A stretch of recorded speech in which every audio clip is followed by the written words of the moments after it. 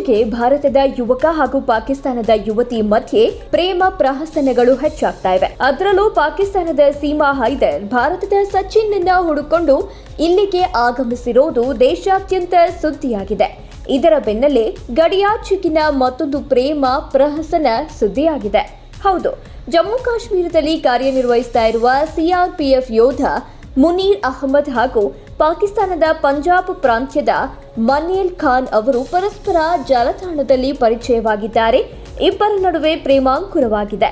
ಮದುವೆಯಾಗಲು ಒಪ್ಪಿಕೊಂಡಿದ್ದಾರೆ. ಆದರೆ ಭಾರತಕ್ಕೆ ಬರಲು ವೀಸಾ ಸಿಗದ ಕಾರಣ ವಿಡಿಯೋ ಕಾನ್ಫರೆನ್ಸ್ ಮೂಲಕವೇ ಇಬ್ಬರು ಮದುವೆಯಾಗಿದ್ದಾರೆ. ಇದಾದ ಬಳಿಕ ಮನೇಲ್ ಖಾನ್ ಅವರಿಗೆ 15 ದಿನಗಳ ವೀಸಾ ಸಿಕ್ಕಿದೆ.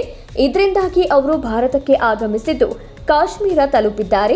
ಮುನೀರ್ ಅಹಮದ್ ಅವರ ಮನೆಯವರು ಶಾಸ್ತ್ರೋಕ್ತವಾಗಿ ವಧುವನ್ನ ಸ್ವಾಗತಿಸಿದ್ದಾರೆ. ಇದಾದ ಬೆನ್ನಲ್ಲೇ ಪ್ರಕರಣದ ಕುರಿತು ಮಾಹಿತಿ ಪಡೆದ ಗುಪ್ತಚರ ಸಂಸ್ಥೆಗಳು ಮನೇಲ್ ಖಾನ್ ಅವರ ಚಟುವಟಿಕೆಗಳ ಮೇಲೆ ನಿಗಾ ಇರಿಸಿದ್ದಾರೆ ಅಂತ ತಿಳಿದು ಬಂದಿದೆ. ಮನೇಲ್ ಖಾನ್ ಅವರು ಮರಳಿ ಪಾಕಿಸ್ತಾನಕ್ಕೆ ತೆರಳುವ ಮೊದಲು ಮುನೀರ್ ಅಹಮದ್ ಜೊತೆ ಸಾಂಪ್ರದಾಯಿಕವಾಗಿ ಮದುವೆ ಮಾಡಲು ತೀರ್ಮಾನಿಸಿದ್ದಾರೆ ಎನ್ನಲಾಗಿದೆ. ಇದಕ್ಕೆ ಮನೇಲ್ ಖಾನ್ ಅವರ ಮನೆಯವರು ಕೂಡ ಒಪ್ಪಿಗೆ ಸೂಚಿಸಿದ್ದಾರೆ ಅಂತ ತಿಳಿದು ಬಂದಿದೆ.